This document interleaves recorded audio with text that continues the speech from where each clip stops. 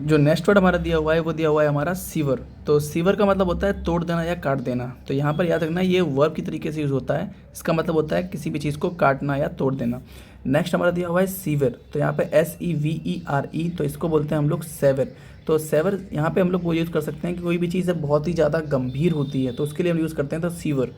और नेक्स्ट हमारा इसको भी हम लोग इसको बोलते हैं सीवर। तो ये सीवर हमारा ये होता है, ये नाले के लिए यूज़ करते हैं। आप लोगों ने कई बार सुना होगा सीवर। तो ये सीवर का यूज़ यहाँ पे नाले के लिए होता है। और यहाँ पे ये हमारा है सीवर।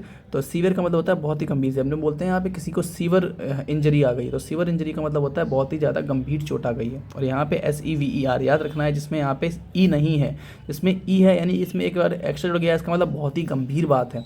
और जिसमें ई नहीं है तो वो यहाँ पे होता है उसको काटना चाटना या तोड़ देना। आप लोग इस तरीके से, छोटी सी ट्रिक है, ये ट्रिक्स थोड़ा सा आपको हेल्प कर सकती हैं याद करने के लिए, इसलिए मैं ऐड कर देता हूँ। बाकी अगर आपको इससे अच्छी ट्रिक मिले तो आप लोग कमेंट सेक्शन में मुझको बिल्कुल बता सकते हैं।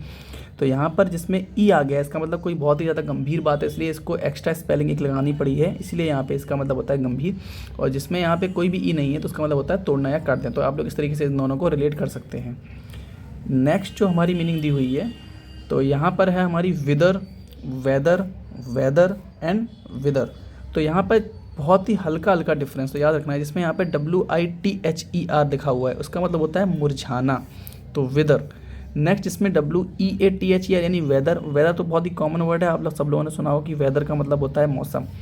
नेक्स्ट दिया हुआ है WHETHER यानी जिसमें यहाँ पे दोनों बार यहाँ पे WH और TH, तो उसका मतलब होता है या। तो वेदर या और से हम लोग यूज़ कर सकते हैं। तो वेदर और ये हमारा एक कंजंक्शन होता है तो उसके फॉर्म में भी यूज़ होता है। तो यहाँ पे इस वेदर का मतलब होता है या।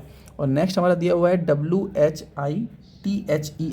अब इसमें और इसमें सिर्फ ई और आई का डिफरेंस है।